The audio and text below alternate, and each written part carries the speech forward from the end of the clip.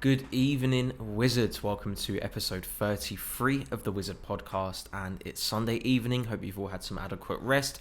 Hope you've all been enjoying the market conditions so far as well. We've had a nice boost and an increase in liquidity over the past few days, so it's been very nice to actually see a bit more movement over there on the BTC side, which has actually kind of inspired the overall podcast topic for today, not to mention the Wizard webinar yesterday. Now, if you were involved in the Wizard webinar yesterday, I presume you would have been just as excited as I was to have seen all of the progress, all of the growth within the cryptocurrency market on a fundamental scale, but also from a technical perspective. Now, no matter what's been going on a technical perspective, whether that's margin trading or long-term investments, you guys have probably seen by now, we are at the brink and the boiling point of a very large eruption coming very soon.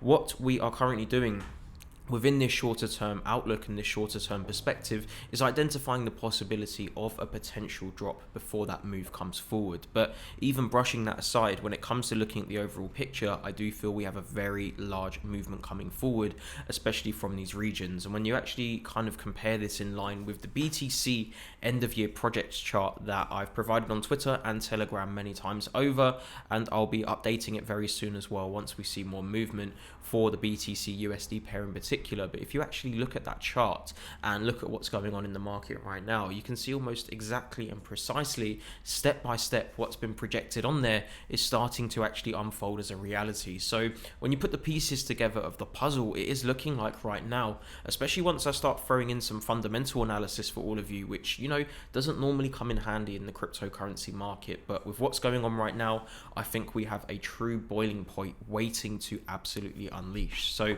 one of the things I did cover in yesterday's Wizard webinar was Brad Garlinghouse and XRP. Now, as you guys know, I'm a big fan of Ripple. I'm a big fan of XRP. I hold a lot of it myself, and I've been there for a very long time now. One of the first people, if you actually remember back in 2017, when the majority of people said it wouldn't exceed 30 and 60 cents, I was one of the only people out there saying it would actually achieve $2 to $3 and at least break $1 by the end of 2017. So I've been a very big supporter, and I've been a very big believer for a long time now. So I do often use a lot of the analysis and the news and the resources I get in line with XRP because I understand the market better. And to be honest with you, with their current positioning in the market cap and their current positioning in society and within this sector overall, I use a lot of their announcements, their news and information as an overall gauge of the fundamental growth the cryptocurrency market is seeing. And I believe you guys should also be doing the same, because to be honest with you, although BTC is of course the throne holder, so to speak, it's the one that everyone knows about, in reality Ripple and XRP are achieving far more on a corporate scale, on an actual level of growth in comparison to the likes of BTC. And the biggest hype right now is of course the Swell conference, and the whole purpose of this podcast is to not only give you my insights on the future and breaking down these fundamentals, but just letting you know and almost giving you a bit of motivation on what is around the corner. I'm not just talking from a Wizard platform perspective. 4 days left for the Wizard platform, and if you guys hopefully yesterday did get access to the demo, you would see what's been going on behind the scenes, blood, sweat and tears for 8 months now. And that's just one of the things. If anything, it's actually worked out in perfect symmetry that the Wizard platform is launching around this period where it's one of the most essential times right now to have an understanding and to be I guess you could say well hedged within the market. If you are not well hedged in the market right now, and if you do not have an understanding of cryptocurrencies, especially during this specific period, you're going to get left behind, because it's not easy to actually understand this stuff. It's not easy to get on board as quick as possible. So these are some of the best moments in time right now, where even if you were to see the likes of $6,000 come through, or you see some form of negative decline in your portfolio value or the market, it should not scare you away from the market right now, because I'm dollar cost averaging, as I've said before, and I always will be dollar cost averaging until we really start breaking those all-time highs. Or to be honest with you, I've been dollar cost averaging for so long now, and I've been trying to tell you guys the dollar cost average for so long. Do apologize for the motorbike sound over there, but what I have been telling you guys is to focus more predominantly on the longer term growth, the longer term picture, and understanding what could happen in a matter of years if you simply put in the risk and you put in the effort now to understand your investment and buy within these regions. And a good example today Yet again, BTC, it's jumped from $7,600 all the way up to $9,700. This would scare a huge amount of people away from buying right now.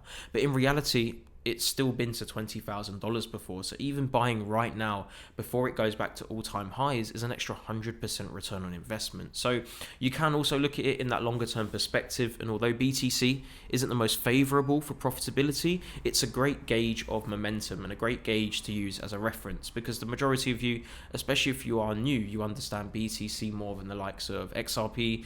Neo, a good example that I'll be bringing up today. Neo has absolutely skyrocketed today, almost hitting 100% return on investment, thanks to a bit of news regarding China, which I'll be getting into in a second as well. So from a technical perspective, overall, I just want you guys to know that you should have been prepared. You should be prepared right now, and you should be dollar cost averaging regardless. The current levels we're at for BTC, as I covered in the Wizard webinar in incredible depth, which, by the way, guys, is actually available on YouTube as well. So after you've seen this podcast, or for preparation after, wherever need be, you have the entire webinar available on YouTube as well. And it's been a very big success. You guys have absolutely appreciated it. So there should definitely be more of those coming forward as well. But going back to the overall market outlook and looking at what was covered yesterday in line with what's going on now, BTC is at a pretty critical region. And you will remember when we first caught the $10,800 short down to the likes of $7,000 or $7,600, I did originally call for a pullback to around 9,200 up to around 9,600, and what's going on right now is exactly that. Now we had a little bit of confusion. To be honest, we kind of back and forth, couldn't figure out what this market was going to do. We saw the break to the downside as well, which was very interesting to see, considering the cruciality of, my $7,700 support floor. So it's been all kinds of trickery, all kinds of confusion, but in the end, and inevitably, we have come back to our initial target, and we've hit the candle yesterday. Actually went all the way up to around $10,500 from around $8,400. So we saw a phenomenal growth of a very significant amount, and it literally just exploded through the sky and it stopped. Hit 10,500, but the candle body itself still closed below the exact resistance level that I projected, which was $9,200. And with the current candle that's pushed higher through this level, wick fishing at 9,600, all it would really take is a bearish closure of some sorts to confirm the next downside momentum. So I am still cautious, I am still wary, and we cannot truly get excited for a bull run yet until we start to break through and break free of the, I'd say around $10,400, pushing up to around 11,000 is one of those critical levels. It's where 10,800 is where we saw one of the last swing highs before we absolutely melted down to $7,000, or the mid 7,000s, so to speak. So there is a bit of confusion in this market right now. Now that we've seen this growth, again, this can be substituted to many different factors. You could even be bringing swell conference into this. You could be bringing the likes of BACT or CME futures. All of this stuff is increasing as well, and we're going to be getting through those in a second. But overall, we just need to focus on the overall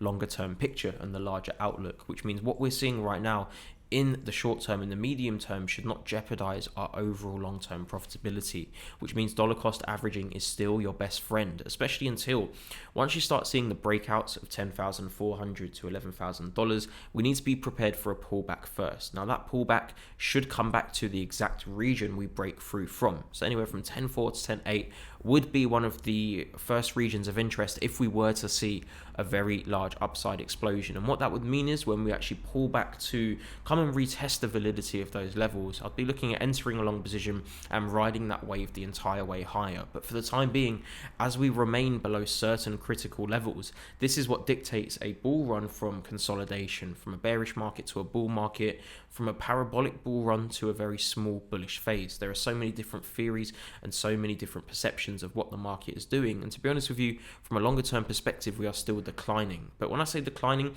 it is not in a negative way. It's not as in we are, we're losing value. We are slowly declining and correcting. And correction is the correct word. We've had a phenomenal year, moving from $3,000 up to $14,000.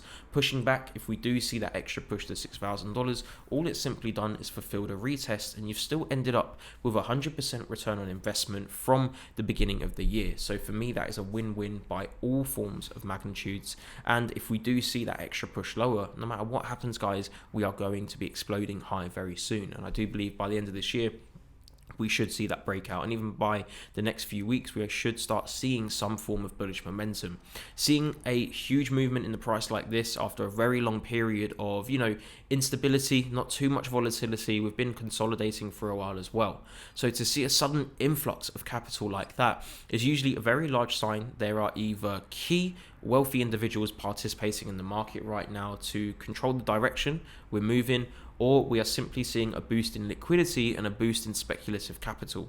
Now, if this is speculative capital, this is likely being driven from the likes of CME futures or backed, which very soon will be announcing the options as well. They'll be introducing their options feature, all available within the platform as well, which yet again is just increasing liquidity to this market. So I want you guys to start putting into perspective how much positive growth is actually coming forward. And all I need to do is actually start just looking at some articles and you will understand exactly what's going on. So looking at NEO, one of the most interesting things today was NEO, and I completely clicked on this by chance. When I was going through all the tabs on TradingView, I clicked on the Syscoin one, and for some reason the NEO chart was set up on the Syscoin chart, and it's on my chart right now as I'm looking. And we've seen in the past 3 days we've gone from $7 up to $12.5. We've nearly seen 100% return on investment in a matter of 3 days. Now, if you know about NEO, it's often referred to as the alleged Chinese Ethereum, or at least the Chinese Ethereum to some extent. It's just known as a Chinese alternative or the Chinese blockchain. It's almost become the flagship crypto for China, and it's become a very big predominant feature for the Chinese blockchain. So putting all of that into perspective and understanding, NEO is often dubbed the Ethereum killer. There is a lot of competition and there's often a lot of eyes, especially since 2017 when Ethereum really started exploding and technically leading the bull run. A lot of interest was paid towards NEO, and I had a lot of money invested within NEO, taking a bit of profit out of that, but we are still holding that as well. And it doesn't really make sense not to hold it. The same way I discussed in the webinar yesterday, I'm obsessed with XRP, but it does not mean I would ever turn down XLM, because they're all striving for the same goal. And although XRP may be ahead in many aspects, it does not mean they cannot catch up or even be excelled by XLM and Stellar Lumen. So you need to put all of this into perspective and understand that competition is very healthy, and if anything it benefits you more than it would do not participating at all. So looking at NEO as a great example and looking at how it's exploded today, this is all due mostly, I've put the pieces together, the increase of search volumes for blockchain and Bitcoin in China following the president's remarks. So I was going through this article, and many people have said, keyword breakouts have seen staggering growth on a Chinese search engine called Baidu. And apparently on WeChat as well, the word blockchain was searched almost 72,000 times, which signifies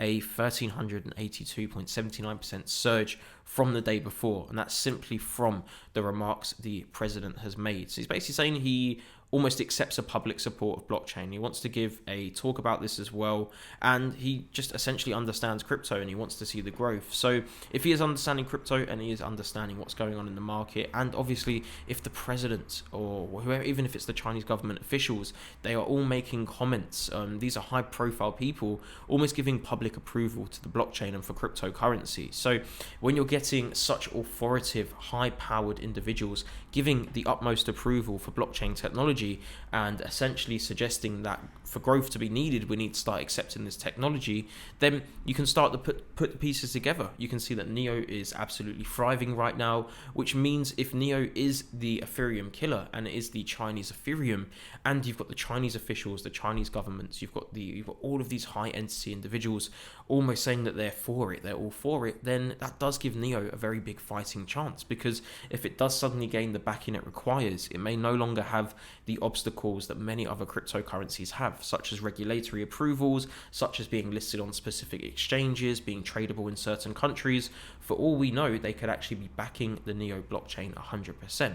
And then guess what happens? It does become the Ethereum killer, because in many instances in the US, there is still censorship, there is still a certain level of discretion towards cryptocurrencies, and it's quite a sad thing to see, because when you're looking on an overall growth of what's going on in the market right now, another good topic is to mention not just Swell Conference but MoneyGram.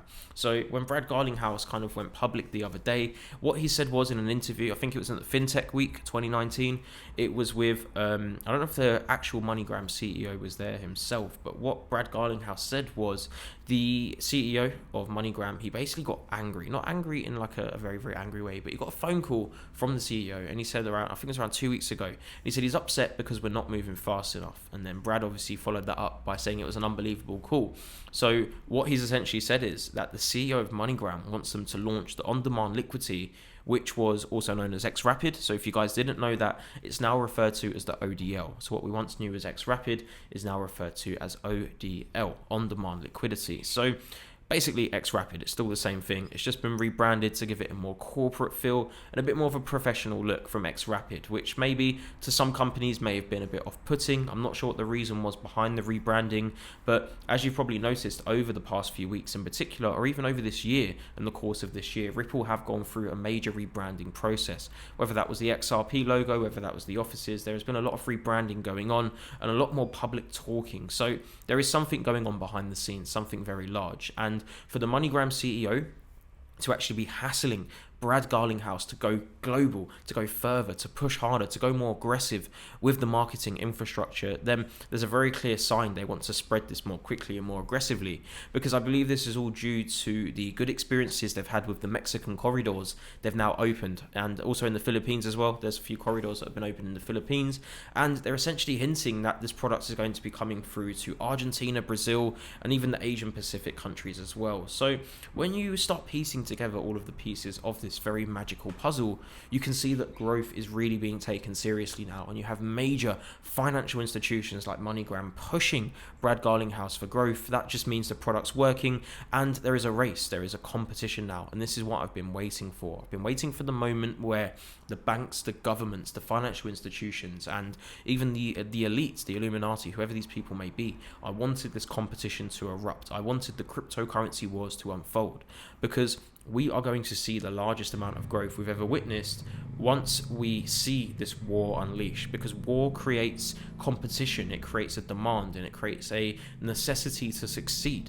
The best way to put this in is MoneyGram are obviously pushing for a reason. If the product was not working and they knew there was no advantage, they would not be pushing to go global. And this just means, for me, they're going for global domination. They're going to take over, and they want to be the first one to attain all of that land. The same way everyone was fighting to be the first one on the moon, many people, entities, governments, corporate companies, whoever they are, all of these corporations, they are now racing to be the first one on the moon for cryptocurrency. It's the same process. They want to be the first one there, fully infrastructured, putting their flag down on the floor, asserting their dominance, and letting the others know that they are ahead of their technology. You have to understand the people who are not adopting this technology right now are going to get left behind, which means it's in the best interest of every single company with a large base of competitors to be the first ones to create this new growth, this new organic corridor of technology, of infrastructure, of even just a huge growth from a technical perspective, understanding it could be increasing profits.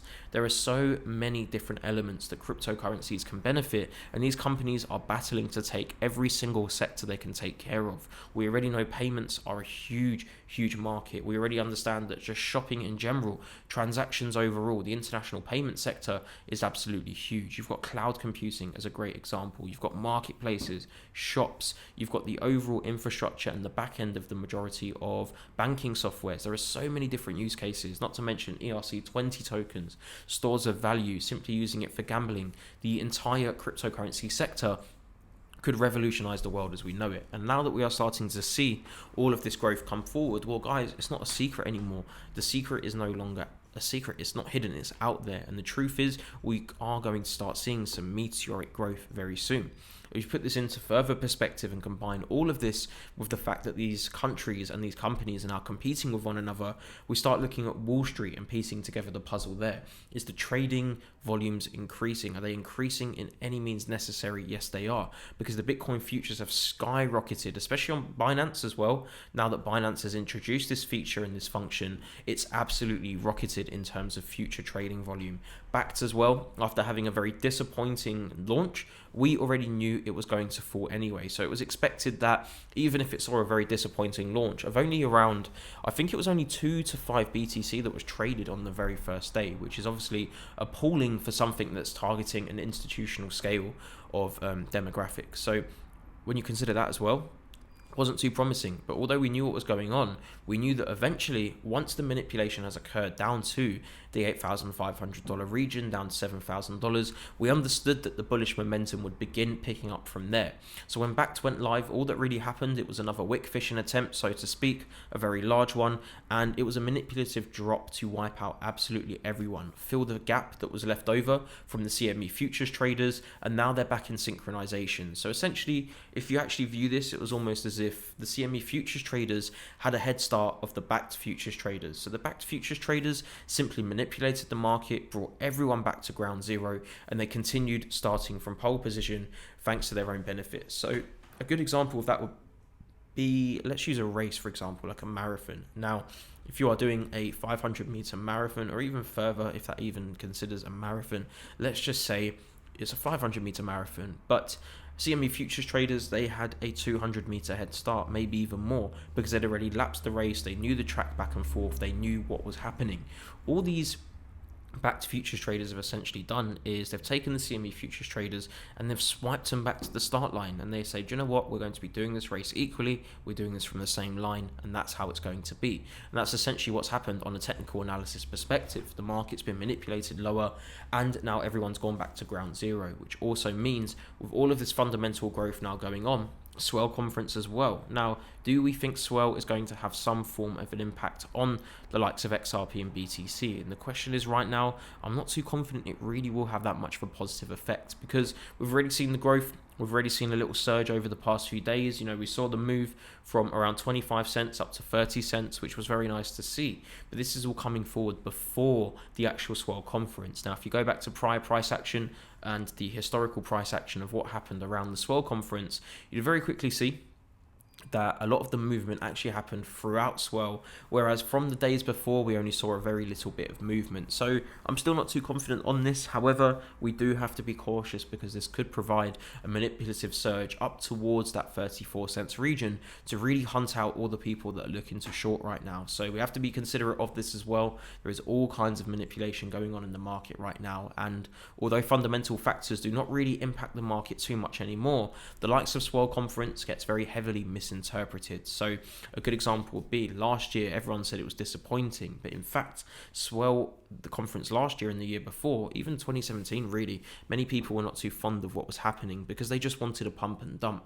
But this is not the point of Ripple, this is not the point of XRP, and this is most definitely not the point of the Swell conference. The whole purpose of the Swell conference is to actually innovate new technologies. It's to gather some of the most influential people in the most powerful sectors of the world. It's to unite them together to discuss innovating ideas, to discuss the future, to discuss what's dated, what needs improving. This is to actually change the world. It's not here for Brad Garlinghouse to go on stage and say, we've just partnered with PayPal, and then cause a rally up to $5. That's not going to happen, because they do this in a professional manner. And if you've noticed, every single move that Ripple has done, it's been incredibly strategic, and it's been very carefully processed. It's been thought about. There has been logic behind every decision they've made, whether that's announcements, whether that's non-disclosure agreements. Everything is done in a corporate manner and a very professional manner, which means you have to take them more seriously. You cannot expect Brad or any other member of the Ripple team to simply just jump on stage and say, guys, that's it, we've partnered with this company,